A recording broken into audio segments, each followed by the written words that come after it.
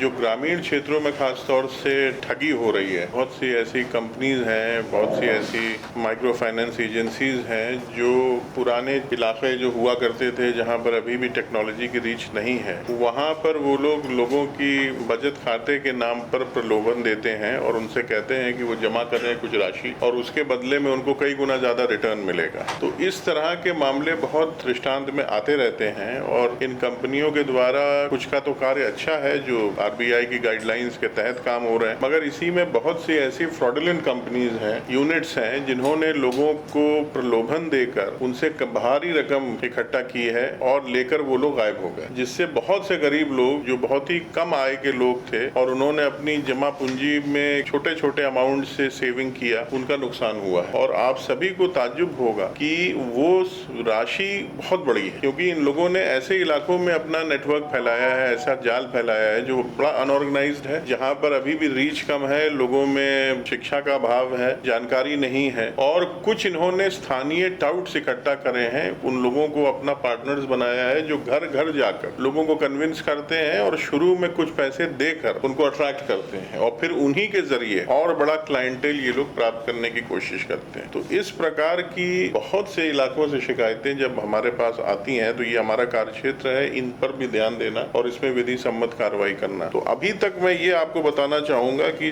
जो हम लोगों ने इसमें कार्रवाई की है, वर्ष 2011 से लेकर 2023 के बीच की जो अवधि है, इसमें लगभग हमारे यहाँ 288 केसेस रजिस्टर हुए हैं बिहार में, जिसमें 173 कांडों में अनुसंधान चल रहा है और 106 कांडों में हम लोगों ने ऑलरेडी अनुसंधान पूर्ण कर लिया है और इसमें जो लीगल एक्शन होता है वो कार्रवाई की जा रही है। 106 में ज्यादातर में आरोप पत्र समर्पित भी किया जा चुका है और दोषियों के विरुद्ध कार्रवाई भी हुई है। 9 केसेस में फाइनल फॉर्म सबमिट हुआ है, जिनमें डिटेल्स वेरीफाई नहीं हो पाए, क्योंकि यहाँ पर एक कठिनाई ऐसे अनुसंधान में हम लोग जो देखते हैं कि जो कंपनी के मालिक हैं या उसके जो लोग हैं, ज्यादातर राज्य के बाहर का पता देते हैं, अपना नाम कभी कभी पूरा नहीं होता है या उनका एड्रेस पूरा नहीं है। नतीजा ये है कि अगर कोई कलकत्ता का पता है तो वहां पर उस नाम की सड़क नहीं है, स्ट्रीट नहीं है, लोकेलिटी आपको मिलने में कठिनाई होती है। तो उनका वेरिफिकेशन भी मुश्किल, एक बहुत बड़ी चुनौती है पुलिस के लिए। और इसमें सबसे जो हमारा अफेक्टेड एरिया है वो पटना प्रमंडल है,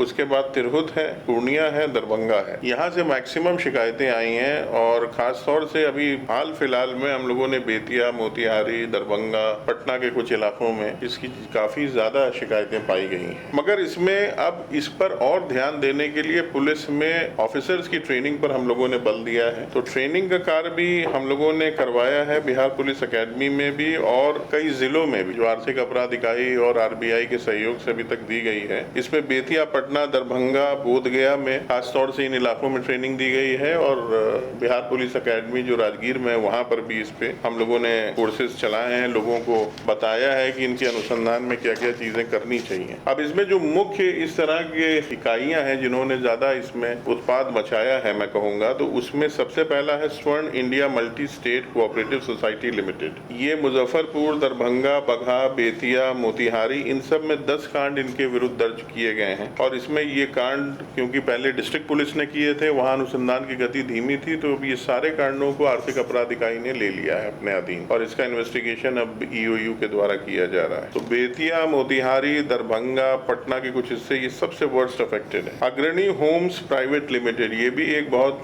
नामी अपने टाइम में ने काम ये शुरू किया था और इनके ऊपर 20 से अधिक कांड दर्ज हैं विभिन्न जिलों में। इसका जो मेन अभियुक्त है आलोक कुमार, जो निदेशक था, इसको भी हाल में ही गिरफ्तार किया गया पटना पुलिस के द्वारा वाराणसी से और इसको रिमांड किया गया। ईडी ने भी इन पर अब तक करीब इनके 119 बैंक अकाउंट्स को सील किया है, फ्रीज कर दिया है। और इसमें जो अनुसंधान होता है वो बीपीआईडी एक्ट 2002 के तहत होता है, जिसमें हर जिले में डीएम जो होते हैं वो नोडल इसके कॉम्पिटेंट अथॉरिटी होते हैं और इसमें धारा 4 और 5 के तहत संपत्ति जब्त करने का और निवेशकों को लौटाने की प्रक्रिया का उल्लेख है। ये 2 धाराएं जो हैं 4 और 5 बीपीआईडी एक्ट 2002 की, तो इसके तहत प्रस्ताव गए हुए हैं, वो कार्रवाई की जा रही है। इसी तरह इंडस वेयर इंडस्ट्रीज लिमिटेड ने 7, ये औरंगाबाद, छपरा, मुजफ्फरपुर, पटना में केसेस हैं। पीएसीएल इंडिया लिमिटेड ने भी करीब इसी तरह पूर्णिया, छपरा, सीवान में केसेस हैं।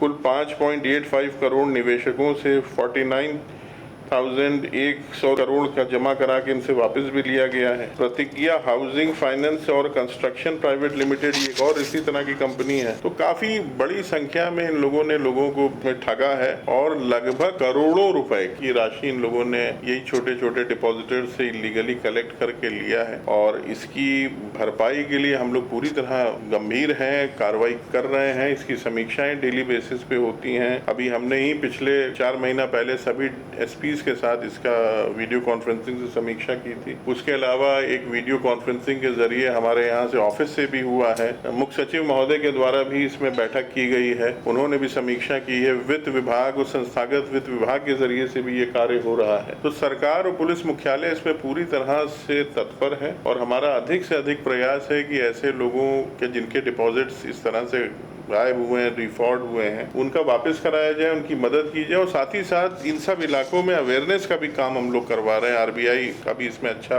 भूमिका है, सरकार की तरफ से भी इसमें काफी कार्रवाई हो रही है।